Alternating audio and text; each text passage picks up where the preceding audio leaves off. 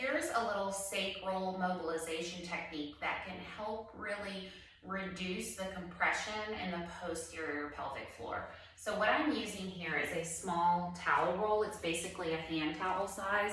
And then I'm just going to take it and fold it in half and then roll it up. So I've got a little bit of lift, but not too much.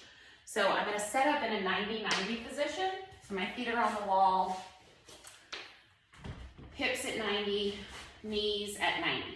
And I'm going to take the towel roll, and the first thing I want you to do is put it at the coccyx area, so that lower part of the sacrum. So it's sort of going to tip you back in a posterior tilt.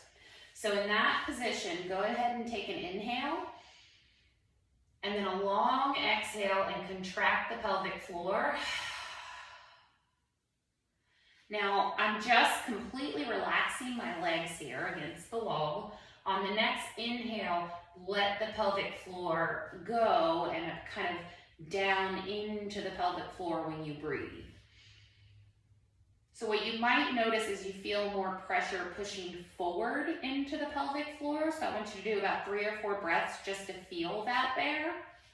And then what I want you to do is take the towel and put it at the base of the sacrum. So if you can find that kind of V just before you get to your lumbar spine and let it tip your sacrum forward. So that's going to put the sacrum into a little bit more relative nutation.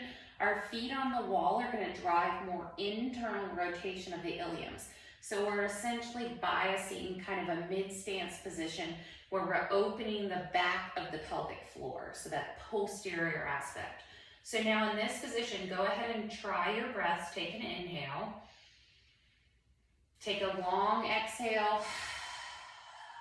Contract the pelvic floor. On this next inhale, imagine pushing the breath into the pelvic floor and see if you notice an increase in expansion, more posterior instead of just anterior. And then exhale, contract. And we're not trying to hold abdominal tension on the inhale, we're just letting the posterior pelvic floor go. So now we're going to bias it more side to side. So if I take the towel roll and I bring it to my left side, and I'm just imagining that there's this kind of imaginary line going straight down my nose all the way through my body, and I'm putting that towel there, so it's almost nutating and lifting the left side of my sacrum forward, and the right side is coming back. So now go ahead and breathe in this position.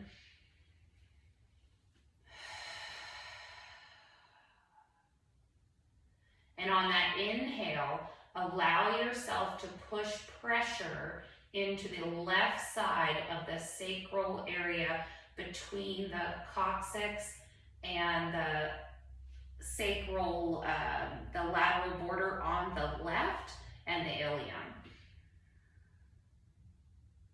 So imagine on that inhale that it's pushing pressure into the left posterior pelvic floor.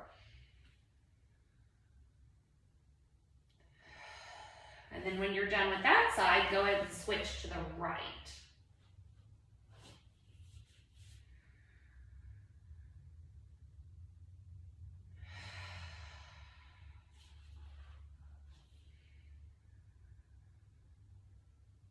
So, if you're a glute clencher in general and you tend to tuck both sides under, you might notice that it's fine just to tilt the sacrum forward as a unit and just work on the posterior pelvic floor relaxing. If you tend to be more of the typical asymmetrical presentation, you might want to bias more expansion on the left posterior pelvic floor.